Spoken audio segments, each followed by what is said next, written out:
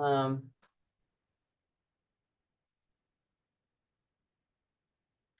well, it's 8 a.m. So why don't we go ahead and get started? I'm sure we'll be joined by Councilmember Kathy in a moment here. But we'll go ahead and call to order. The time's 8 a.m. It's Wednesday, April 10th. And we are calling to order the General Government Committee. For roll call, Councilmember Dahlhoff is present. I am present. Councilmember Althauser. I believe Councilmember Kathy will be joining us shortly, but if not, then we'll excuse her at the end of the meeting. But I believe she'll be here in a moment.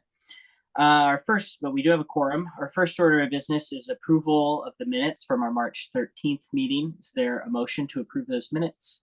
So moved. And I'll second. It's a motion by Councilmember Kathy and seconded by me, Councilmember Althauser. You mean Councilmember Dahlhoff? Sorry, motion by Councilmember Dahlhoff and seconded by me, Councilmember Kathy. I'm just all those in favor, please signify by saying aye. Aye. Those opposed, the motion passes unanimously. So to move into our substantive agenda, our first item is the 2025 comp plan update, our community survey results, and Brad, are you and Erica gonna walk us through this one? Yes, I will go ahead and do that. Erica will chime in as I miss things. So let me go ahead and share screen here. As will we. Yes. Everyone see the presentation? Yep. Okay, thank you. So what we like to do is we want to sort of put a bow on the first part of our community outreach. Again, this is not the end all be all of what we're doing. This is the initial reach out to the community as part of a formal survey. I appreciate the council members taking the time to read through the responses in the survey because they were all enlightening. I think there was such a wide variety of things that we received. So this presentation won't be able to capture all of those things, but we'll try to, focus in, I think, on the important things going forward. So let me get started here. So again, the intent really is to present the results of what is a non-scientific community survey. So what this is a survey that was made available. We notified the public that it was available, and then people responded as they had the time and interest. So we should take the results necessarily with a little bit of grain of salt because we didn't cover the entire community and represent all of the different parts of the community. So that's just an important thing to keep in mind. Also, I wanted to touch a little bit about upcoming activities as part of the update, and we'll do that as part of the conclusion. So as a reminder, as laid out in our community engagement plan for the update, we're looking to provide meaningful opportunities throughout the process for both the community and individual stakeholders to participate in the update process. The plan had identified various tactics, strategies, and platforms to inform and consult with those groups throughout the update. But we recognize that we weren't able to capture perhaps all of the communities, all of the means and everything else that we need to do going forward. And we're going to be learning and changing as we do that. So that process will be flexible and we'll need to change and take advantage of events and opportunities that they come up. The purpose of the survey was to inform the community about the update. That was the number one thing, just to make sure people are aware that this is happening, this is what it means, and how to become involved. We also wanted to be able to start to engage some interest in specific issues and elements. And so I think we were successful in getting that. We also really wanted to focus in on how people get information. So when we reach out to people in the future, what things should we really be focusing on in lieu of some of the things that we may think were working, but maybe not necessarily. And also again, as I mentioned, we're looking to evaluate how to improve our public engagement outreach process. So the picture on this slide is actually the postcard that was mailed out to the 22,000 residents in the city at the end of the fall last year, letting them know that the survey was available. The survey opened in November of last year. As I mentioned, the postcards were mailed out. Notices were posted on the webpage and the social media platforms for the city, and we closed the survey on February 14th. Over the course of the time that the survey was open, we received 975 responses. To give you an idea of how that compares to our 2016 outreach, we received a similar survey was done. We received slightly over 100 responses for that.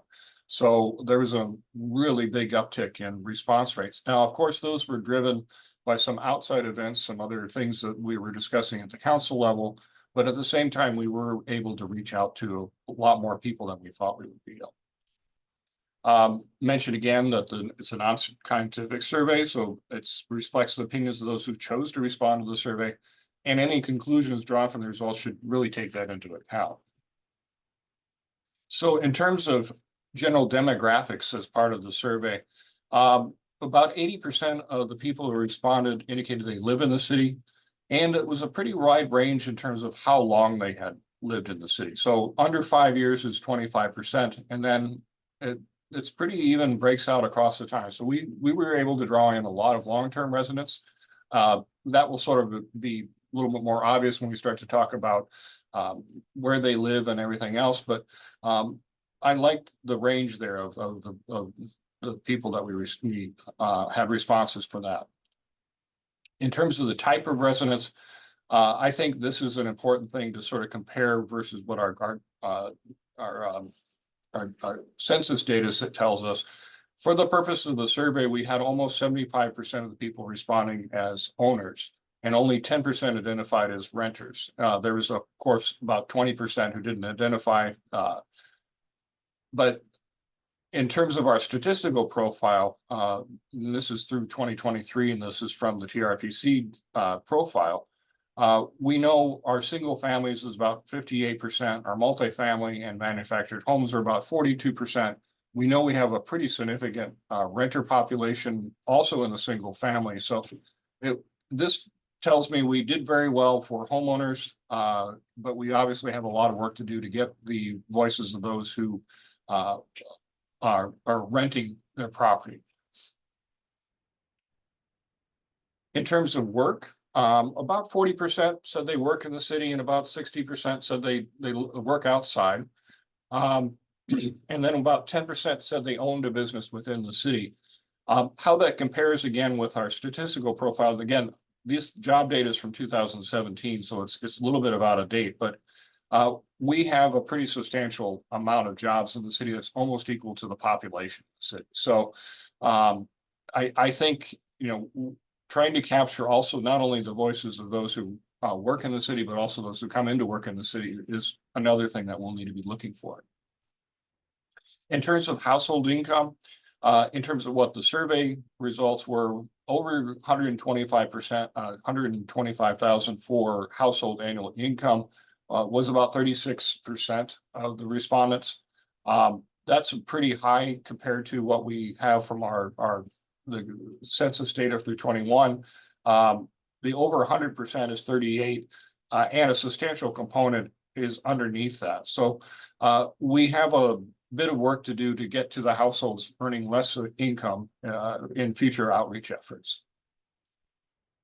In terms of gender, we had about 57% to 35% male with various responses on the non-binary, general, neutral, and prefer not to say.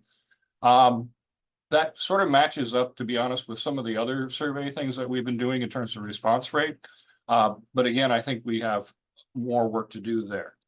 A little bit of data here about types of households in terms of couples with children at home. That was about 40%. And then various other things. So again, just sort of tells us what the broader picture of what the respondents look like. In terms of race and ethnicity, this actually tracked a little bit better than I anticipated.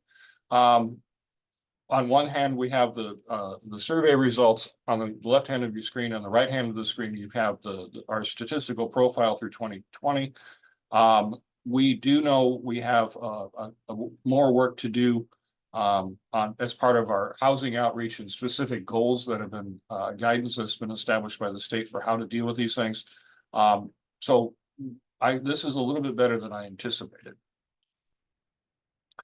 Gender, we talked a little bit about that. Current age, pretty across the board. The key thing on the response rate is the under 34 rate. I think we we need to do a little bit better on reaching not only the youth, but also those in the young adults in the city.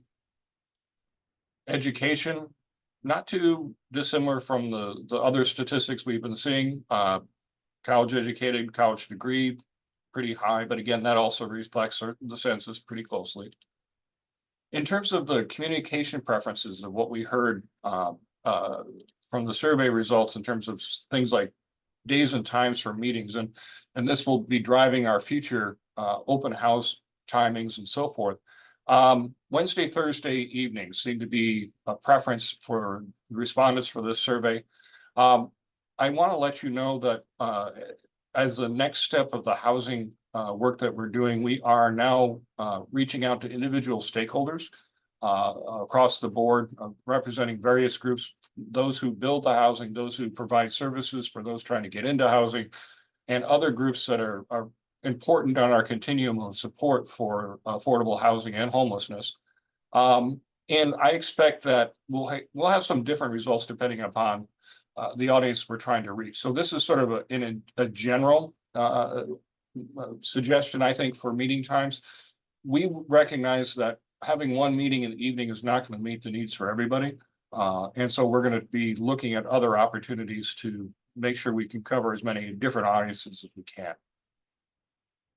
In terms of communication from the city, email, a city staff member or official was extremely high in the list. Attending virtual meetings and also attending meetings in person at City Hall, we're pretty close. So there wasn't a huge surprise in those either. Preferred ways of receiving information, again, email was very high. Social media and our website was also very high. For those of us of a certain age who are, just not happy anymore, newspapers are down to 11%. So just, I don't want to dwell on that. You can draw your own conclusions. First of all, we want to focus a little bit about what people were telling us about when they looked at the city now. We had a number of different questions to sort of try to get at that. We're trying to sort of make sure that we have an idea of the baseline of some opinions from the people who responded to the survey. And so the first questions were sort of, how do our services and facilities meet your needs? Respondents in terms of yes and no, yes was blue, no was red, not sure. Things like, it was kind of interesting, transit services and code enforcement. There were, roads, sidewalks, and trails were probably the highest no's. And I think there's a lot of drivers to that. We have had a number of construction projects ongoing at the time the survey was going. There's obviously an uptick in traffic due to all the growth. Councilmember Dahl, if you had a question. Yeah, just along with that, Brad. So when I see the high not sure, can we infer because they haven't had a touch point with that or they haven't had a need? Is that what can we infer? Because that's a high number for not sure. Yeah, and I think especially when you look at something like permits or programs for seniors, I'm wondering, we do need to do a little work there. My assumptions are going on permits and programs for seniors are those things that people need at this time. Permits, if you are a typical resident, you would lucky to get, 1 or 2 permits during the course of your time here, unless you're doing, substantial work all the time. So you're probably not using those services. Same thing with the seniors. What it also could potentially reflect is, I really don't know that these services exist. And I don't know what the range is. So I think those are two things I think we could do a little more work to sort of dig that out. Thanks, Brad. So we also ask people to sort of rate us on our general services. You'll note that our community development services were left off of this. We didn't want to have too much very poor things. So for the most part, we did okay. Parks, police services, and fire services did a little bit better than our road, sidewalks, and bicycle lanes. But that, again, that fits sort of what other things that we've been hearing outside of this survey. In terms of quality of life, now, this is a very, very, very subjective thing. Quality of life for one person is different from quality of life for another. But we kind of wanted to sort of see what kind of, issues that we could have, what things we could sort of pull out to start to think about. So safe place to live was a very important thing for the majority of the respondents to the survey. Other things that, and good place to raise a family, other things that didn't come in as important were proximity to employment and other things of that nature. So it's interesting, public safety was a constant refrain, and not only in the respondents to this particular question, but also in the comments. And I think there are a number of reasons for that, but I think that's an important one to pay attention to. Other things like small town atmosphere, trying to determine what actually that means, because as we start to read the comments, it means different things to different people. In terms of rating across on other factors involving quality of life, I'm gonna move past this one. I don't have my notes on this one. Apologies. Critical areas facing Tumwater today. There were a grouping on the top regarding crime and public safety, homelessness, and housing and cost and rents. The homelessness, crime, and safety issue was driven in part by some of the other issues that were happening in the city at the time the survey was happening. If you look at the timing of some of the responses, that was an issue. At the same time, we did have that across, those kinds of responses across the entire period. We were receiving comments as well. So housing, cost and rents, and overall cost of living is definitely something we heard about, as well as transportation and other things. In terms of the greatest asset, we're fortunate we do have some pretty positive things that were said. Parks, landscaping, trees, proximity to recreation, community events were all things that people called out as something they really thought was important, and they were, this is a good thing. Small town feel, central location, our schools, community, our police, fire, government, and crime prevention services. Many homeless encampments, I'm going to call that out because there was a number of comments related to that, as well as our historical background. In terms of the questions dealing with looking ahead, and we started with sort of a quality of life now as a general question, and quality of life going ahead in the future.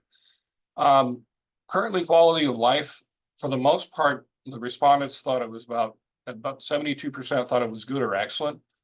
However, looking forward, it fell off a little bit. So, and I'm a little concerned, obviously, I think there are some folks who think that we're not going in the right direction. I think the comments indicated some of the reasons why they felt that way. But I think we have a little bit of work ahead of us to sort of make it clearer how we are doing things to make things better than they are now. In terms of growth strategies, this is where we start to get into the planning and land use side of things and trying to figure out what people's priorities are when we're actually doing things that are covered by the comprehensive plan. We had responses pretty much across the board. Again, this was check all that apply. It wasn't pick your most important one. So, multiple things were chosen as part of this, but encouraging walkable and bikeable communities was high. Increasing green space in urban areas was also a high one, as well as protecting environmentally sensitive areas. Things that we're going to have more discussions about, obviously allowing for higher density development. This is something we probably heard a little bit about when we had the housing tour last night. And these are going to be ongoing discussions about how we can talk about that in a way to make people understand, how it could work and why it needs to work. Topics of interest, again, across the board. This is check all that apply. Affordable housing and economic development. Surprisingly, that economic development sort of appeared again on this question that had been kind of quiet on others. Transportation, climate, and environment. Those were the focus points, I think. In terms of top 3 priorities, this is sort of a summary of not only the question, but also some of the written responses we received. So there are 3 things here. The first one is police and fire, crime, and public safety.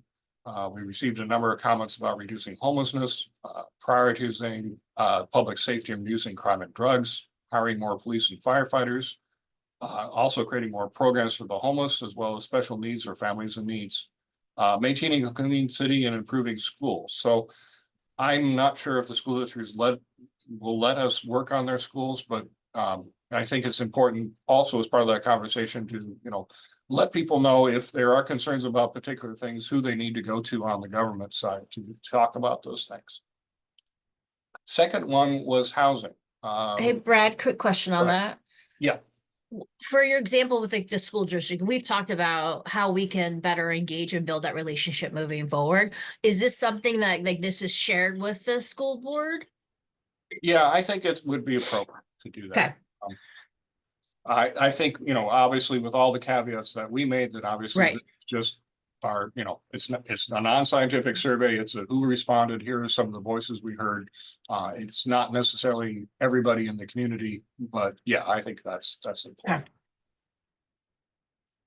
Also, we are looking at setting up some meetings with some of the school staff as well, and we can share that at that time as well.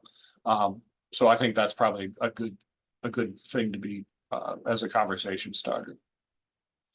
The second top priority was housing. Reducing sprawl was actually a pretty strong message. Keeping a small town feel, again, what a small town is and what that means. There were some interesting comments regarding how you define that and is whether that's inclusive or not. So, we need to keep that in mind when we use that term. Obviously, we're looking for more affordable options for owning and renting in the city. We actually had more comments about creating more middle housing. Some specific things about improving our building permit process and also creating affordable senior housing were some of the issues and written things that we heard. The third one was economic development. And this is a bit of an education also, because in our economic development process, I don't want to say we can pick winners and losers, but we can't decide what kind of business is going to go in what building. But we can certainly try to encourage things. There was a lot of comments regarding wanting to have more local shops and restaurants. I think the Craft District is probably an excellent example of how kind of the local things that have grown up are now starting to be fine spaces. I'm also thinking of Spud's Market on Old Highway 99 as an example of a locally, grown business that way. Obviously, redeveloping brewery remains an important one. Looking for creating a downtown. We also had some comments about creating a more uniform building code and theme for the city. And as a quick humorous aside, we are actually planning something, and we're hoping to do a big reveal in a couple of weeks about painting the entire town one particular color. So look forward to that. Obviously, there were also concerns about creating more jobs, I think, and also bringing in and attracting more employers and industries. And I think that's always a good thing in terms of having a range of different employers within the city brings more stability. The fact that we have a large component of state employees is a good thing in terms of overall stability, but however, state government can also run on a different cycle than the private side. And they have their downturns as well. Diversifying business and creating more community spaces for events and venues were also part of that.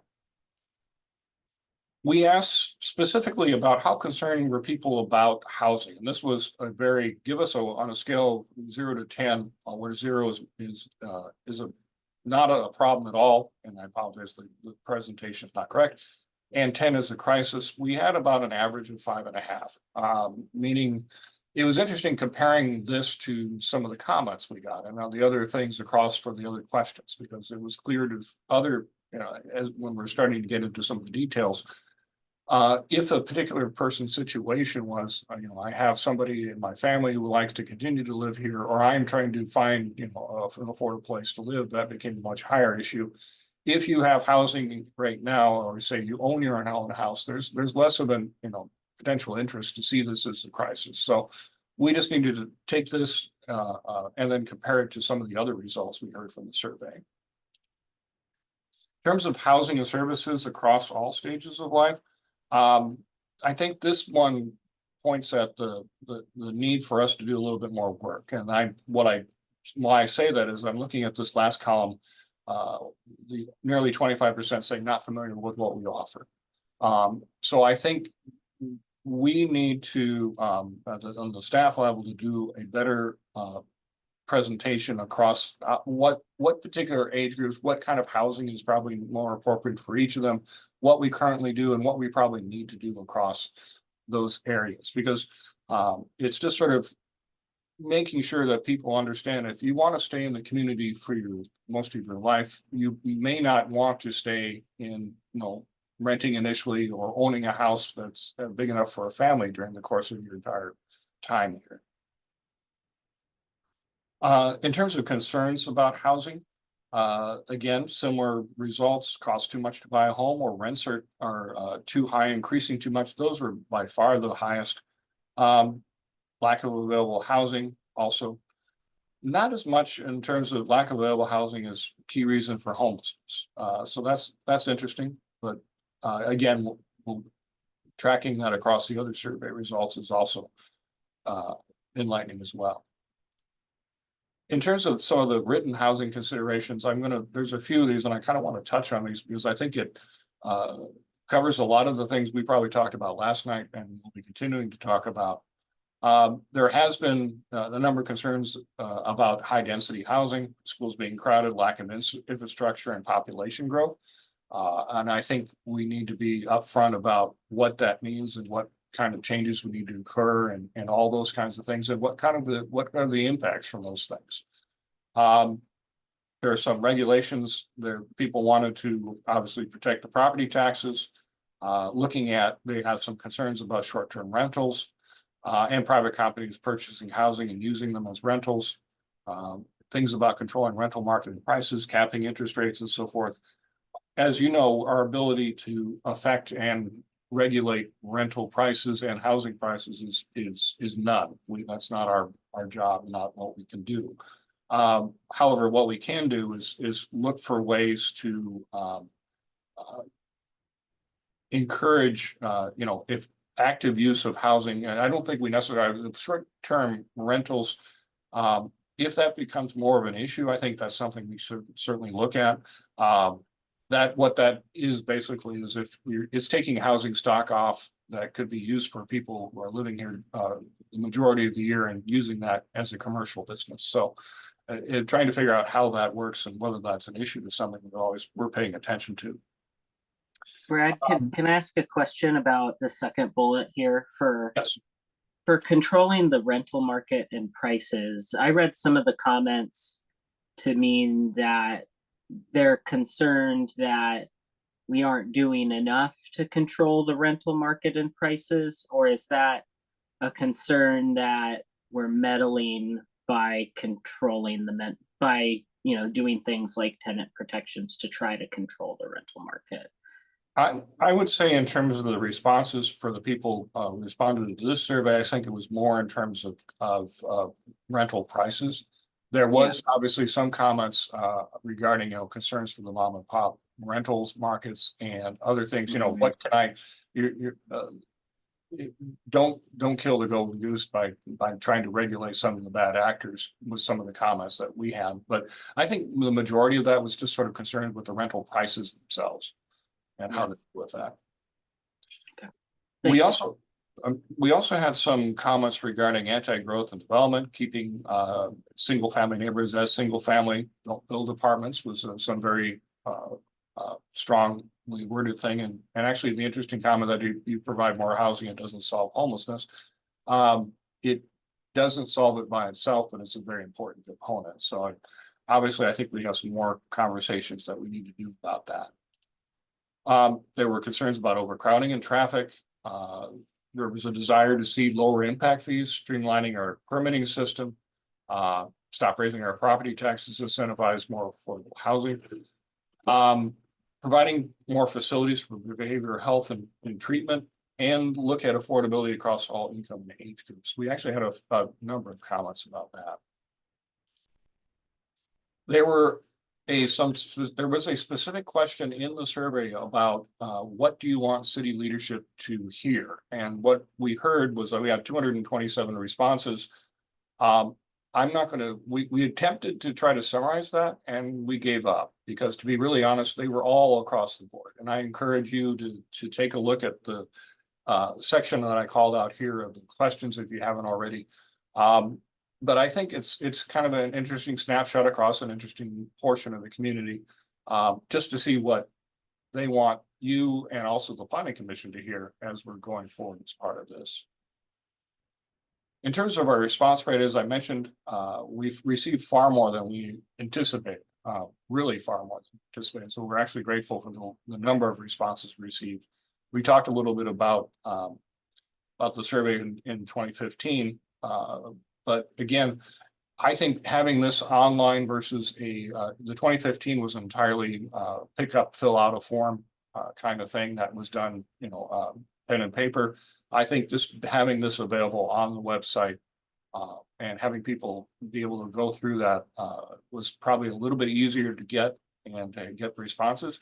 At the same time, I was also pleased by the fact that it was a fairly lengthy survey.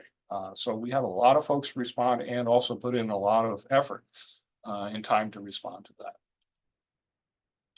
Again, some of the broader themes that we heard across the board, homelessness and safety, keeping a small town feel, reducing sprawl, preserving and creating open spaces, redeveloping the brewery, creating a downtown area, looking at more options for multimodal transportation, and then again, more affordable housing options for different income groups and ages. Were all big themes that we heard. The next steps based on the survey is, as we talked about, comparing the demographic results of the survey to the community profile that Thurston Regional Planning Council prepared. It's clear that we have some more directed outreach that we do. Some of the groups include obviously renters who make up a significant portion of the residents of the city. Those making less than area median income, underrepresented. Additional efforts with the BIPOC community. The under 35 age group, I think, is underrepresented. And then those who are single with no children at home. Again, those are the areas, the bigger groups that we identified of what we need to be paying more attention to. For next steps for a housing element, as I mentioned, we have started to reach out to nonprofit groups, schools, realtors, housing work groups, and others to be part of the stakeholder group. What we have on the calendar for the next couple of weeks is we've got about 8 meetings scheduled already with various groups. We're kind of using that as a springboard to identify other people, other groups that we may not be aware of that we need to have further conversations with. Our intent really is to work with the stakeholder group to sort of be a sounding board as we're developing various things for the housing element and the development regulations to make sure that we're accounting for that. So that stakeholder group also includes the manufactured home community, includes our partners with Together, as well as the builders and the Chamber of Commerce and other folks. So again, we're really trying to make sure that we hear from everybody in the community. Again, Hey, Brad. go ahead. With that, and for you and Michael, when the Regional Housing Council opened up some spots for representation from the community, do you have access to that? And were there people from Tumwater in there that you could circle back with? Yeah, there were 2 advisory groups that were established for the RHC under the last amended interlocal agreement. One was dealing with affordable housing, the other one was dealing with homelessness services. On those boards, there was a specific representative called up that had to be either live or work in the city of Tumwater. Okay. And Michael, I'm forgetting, I think we have one, but not the other. One of the positions is not filled. So that's, again, it sort of speaks to the challenge that we're having. But yes, that's actually one of the groups we've been using to help build on stuff. I think we appointed someone recently to the homelessness services one. I think it's the affordable housing one that still has a vacancy, if I recall correctly. We had someone in it, and I believe that they resigned because they're for scheduling, and it was a lot of volunteer work and time commitment. Yeah, and that sort of speaks to the issue that we have in trying to make sure that we're getting Tumwater voices. We can get regional voices on particular issues, but we want to make sure also that we're representing people who actually live in the city. responding to their particular needs as well. So it just speaks to the challenge that we have. But I think the Affordable Housing Advisory Group and the RIC is going to be a valuable group. There's a lot of overlap between some of the stakeholders we've already identified and who we're also trying to ask further questions about. Who else do you know in Tumwater that we can be speaking with or should be speaking with? Well, that goes to one of my other questions when we have for our strategic goals and priorities that we're finalizing. One of them is the look at compensation for our boards and commissions. Could we also look at compensation for stakeholder groups, like a stipend or something like that? We do that for those two RHC entities. They do, correct, Brad? We approved that. Yeah, well, we the- approved that, but I'm trying to recall if the city of Olympia pays for that or if it's paid by the Thurston County. I don't think it's necessarily paid for it by a group of us because each of us have different policies on that. But yeah, it's definitely, and the Regional Housing Council, the climate work groups, there are a number of other things that's started to be one of the things that we're doing as a Okay. way of number one, compensating people for their time, but also trying to, if we're asking people to help us with particular projects and taking them away potentially from work and other things that they need to do, that's part of the discussion. As part of this particular stakeholder group and so forth, we don't have the capacity or the direction yet to do that.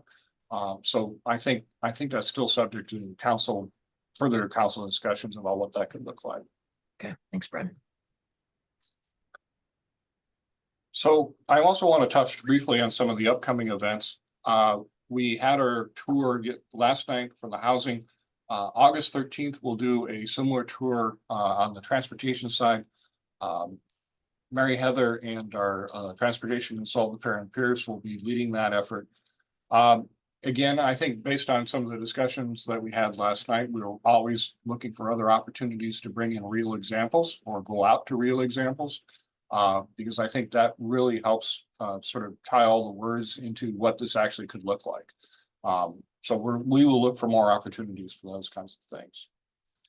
Also want to mention that we have a number of joint work sessions with for the Planning Commission and the City Council together. June and July, we'll be spending a lot of time together. I hope that's okay with you. I didn't notice any frictional issues that we need to have therapy or deal with, but we've got some big issues that I think it's important that we start at the table to, Planning Commission can hear what the council is thinking and vice versa. Because ultimately we're all going to have some level of agreement on what we're going and what we're looking at. So this is just what we've got scheduled for this year. Also want to touch on, we're going to have this open house community conversations. What this form actually takes will depend upon how the information, what we're intending to do at these meetings. Is it a conversation or is it just a presentation of materials? So if I use open house, it doesn't mean necessarily that it's going to be an open house. It may do something else along those lines. Essentially, this is we call it a community touch point, probably. The first one is intended to be for housing. We'll be following up with the climate as in July. We have our consultant who's almost on board. We'll talk about this a little bit later. Who's going to be helping us with that. And we also want to have one related to the development code. Sort of what it can look like and how it actually works with regulations going forward. Again, any comments and questions, we have the comp plan email and then all my contact information is there. Any questions on any of the things that I presented?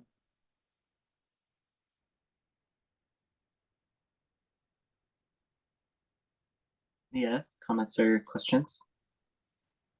Not from what I asked. I mean, I just look forward to using this as we move forward, right? It just verified, like, depending on who you talk to, the time they filled it out, what was happening in the community, it's just like the entire spectrum. And I guess my takeaway is that that's on us for our communication and our consistency and our transparency. That's just on us. So it just shows that it's just a continuous improvement opportunity. Yeah.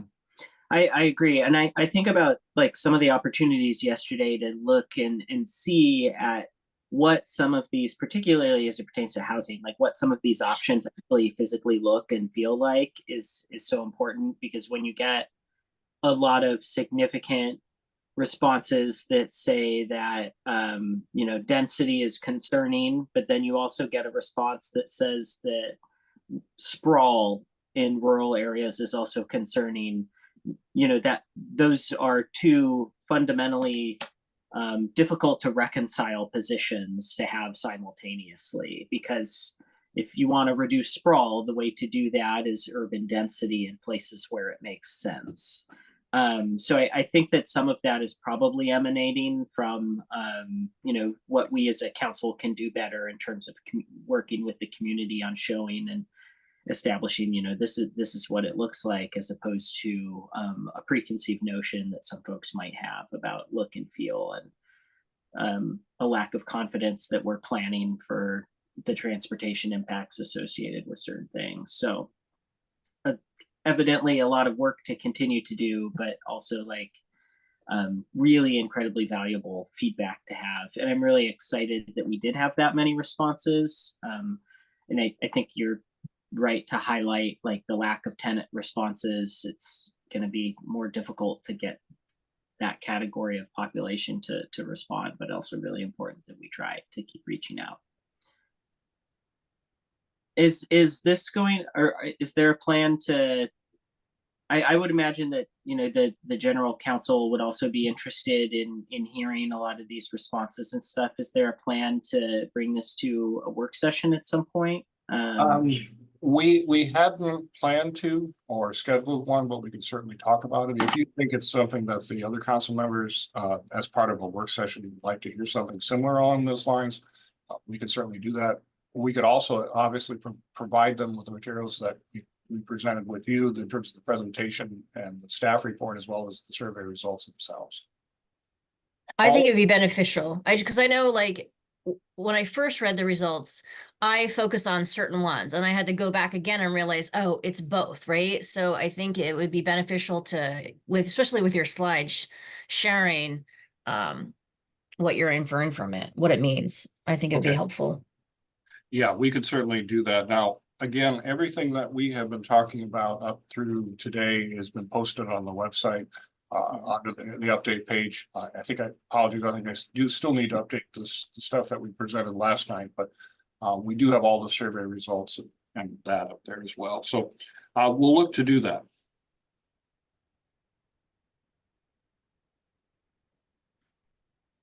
Great.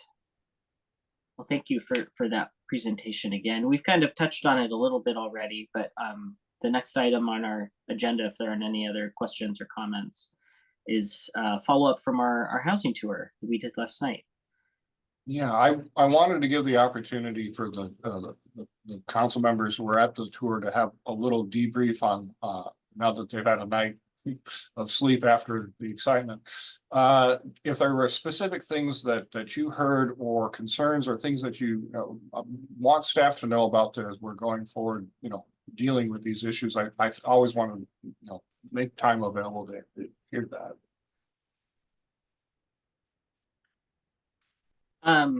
I'll go ahead and start. I was just really appreciative that I don't know whose idea it was to plan this, if that was your idea, Brad, but I think it was a wonderful idea. It was really great that we were able to, and for folks who are listening and who aren't aware, yesterday, the council and our planning commission and members of the public who were interested and just decided to show up, which is wonderful.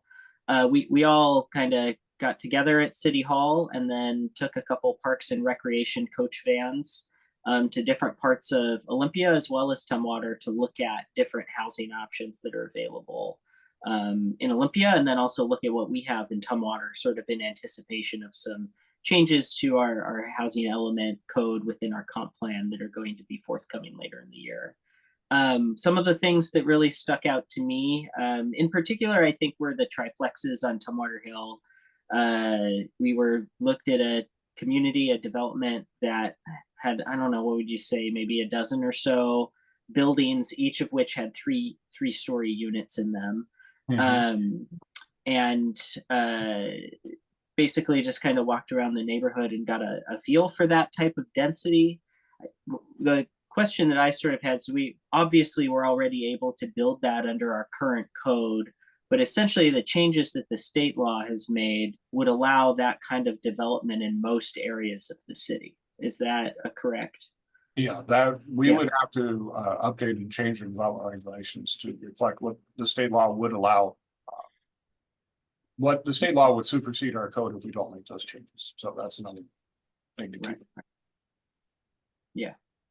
And I think one of the other things we talked a lot about in our bus was implementation of the design guidelines. Like those were passed, what, 4 years ago, 5 years, Actually 8. 8 years ago? Yeah, Is that right? So I guess, yeah, I mean, I remember working on them, so I must have been on the planning commission at the time in which they were passed. And it's interesting to sort of look at the types of housing that existed that we toured, and then look at that new development, which was then developed under those guidelines, and what things will look like going forward for significant developments. There were a lot of questions on our bus about, well, who did the design guidelines apply to? How do they differ when they apply to commercial businesses in terms of frontage and things along those lines?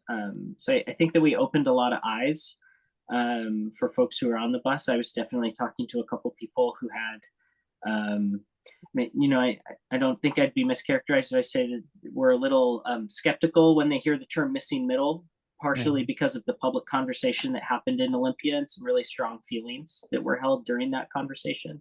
And I think when you see it on the ground as like, this is really what we're talking about, you know, I think that those concerns were alleviated to a degree, which is great. I mean, that's what we're trying to do.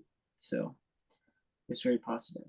Leah, did you have any thoughts or questions or comments? I mean, I always have thoughts. What I will share is that the themes that were on that we heard on our van is that there were multiple people who had larger homes, and they said for them to downsize with children leaving, it would be more expensive to downsize.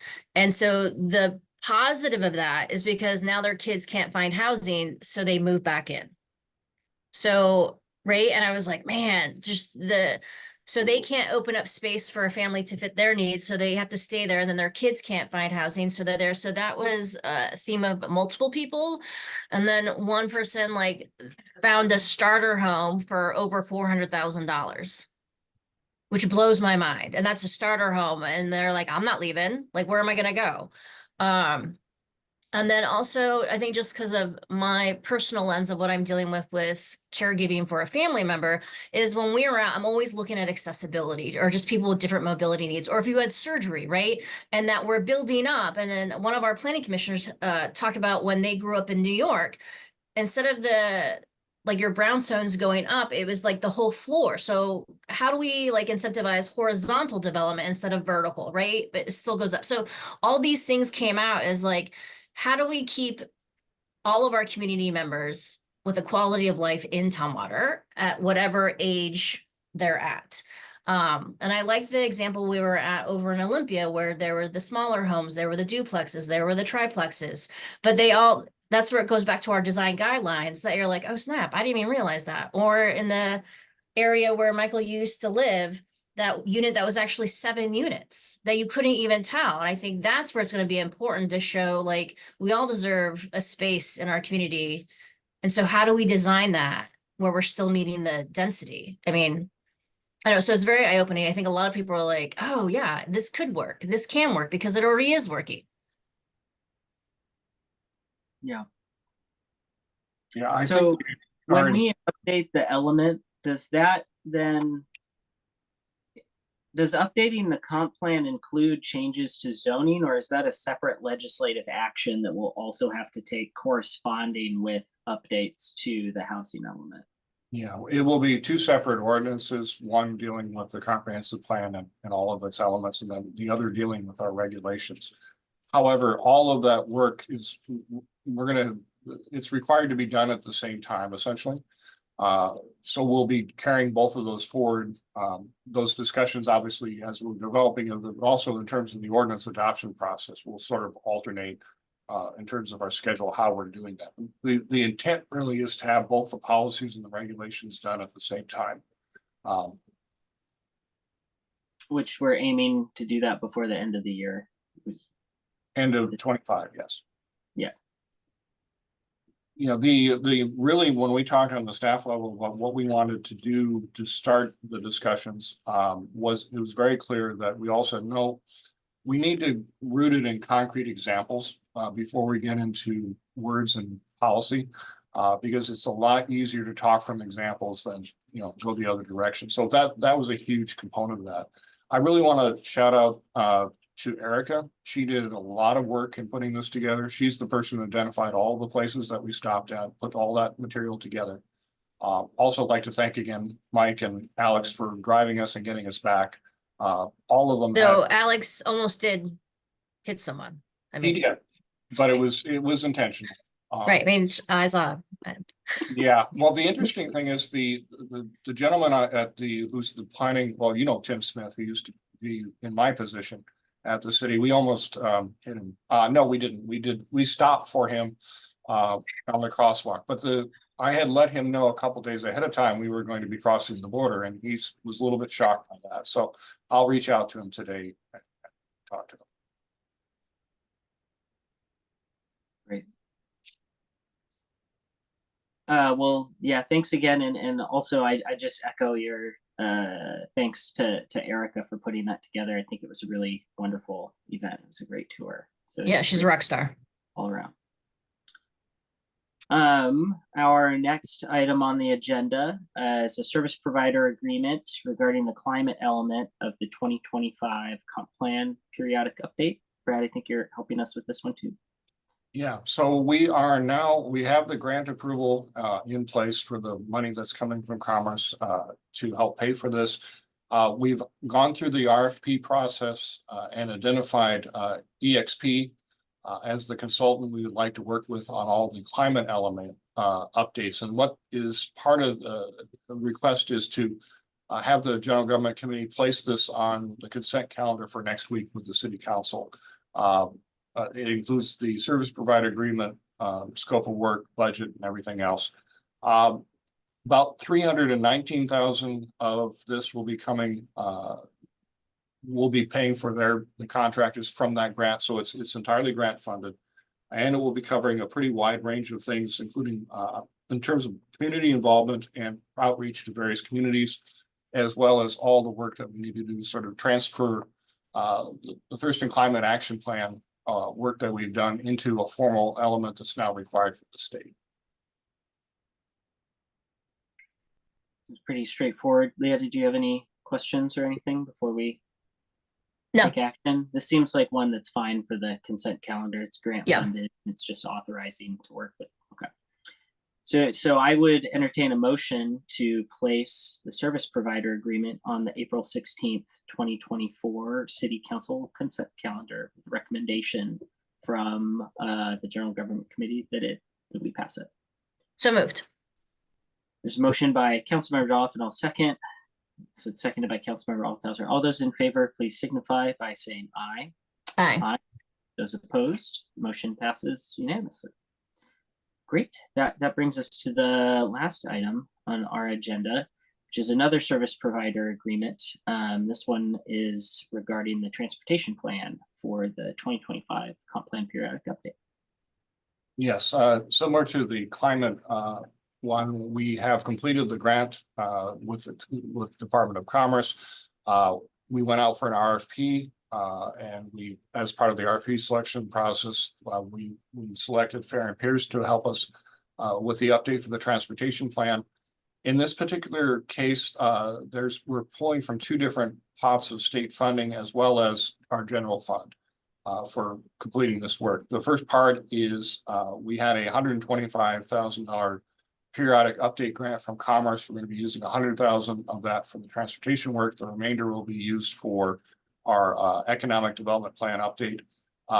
We are in the, just to give you an update on that work, the RFP closed last week for that. We had respondents and we're now in the process of reviewing those responses with the intent of having a selection of a firm by next week. The other portion of the funding that's being used for transportation on the grant side is 100,000 from that climate grant that we talked about. That's funding the other consultant work. There are specific things dealing with this pedestrian and bicycle development, as well as some overlap vehicle mile travel work that between those two elements that we're going to be using to cover that cost. The rest of the funding, again, as I mentioned, I think it's about 100,000, a little bit more than that will be coming from our general funds.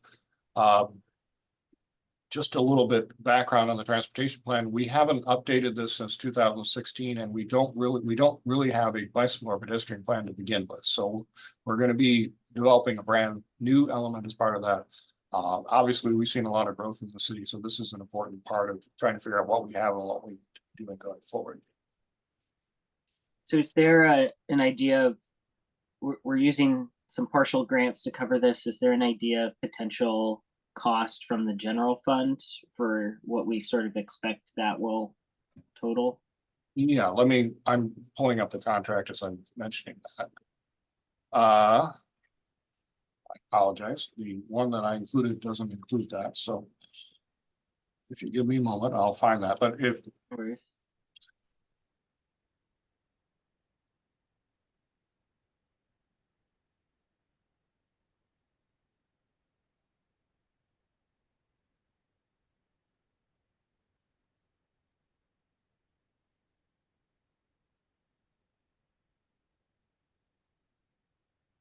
that's interesting, I apologize. All the stuff that I thought I had, not even find quickly.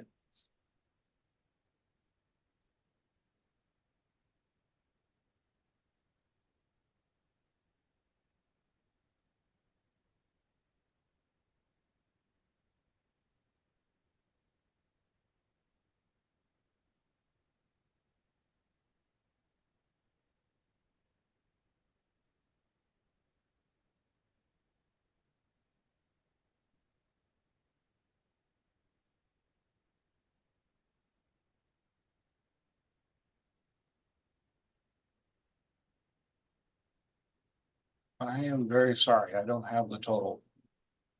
That's okay. I mean, this is a pretty straightforward thing. One thing we could do, Actually, Michael, I apologize. The total cost of the consultant contract is $304 and $304,925. So the portion that's coming from the general fund is $104,925. yeah. I was gonna say that, you know, we could still take action. You could follow up with us, and if that number generated concerns, then we could have a conversation about taking it off consent and putting it on regular, but it sounds like we know what that number is, and it's in line with what we're getting with the grants as well. Leah, did you have any questions or comments about this one before we take action? Pretty straightforward as well. No, if anyone does have questions, we could just, it's in that packet. There's a table that breaks it all down. So then you subtract the 2 grants. So it's pretty straightforward. Okay. All right, well, with that, you know, I would entertain a motion that we place the service provider agreement on the April 16th, 2024 City Council consent calendar, and that we recommend as a committee its approval. So moved. I will second. There's a motion by Councilmember Doff and seconded by myself, Councilmember Althauser. All those in favor, please signify by saying aye. Aye. Those opposed, the motion passes. And that brings us to the end of our substantive agenda, 2 minutes ahead of schedule. So thanks very much for a great meeting this morning. We appreciate all the good work, and have a great day.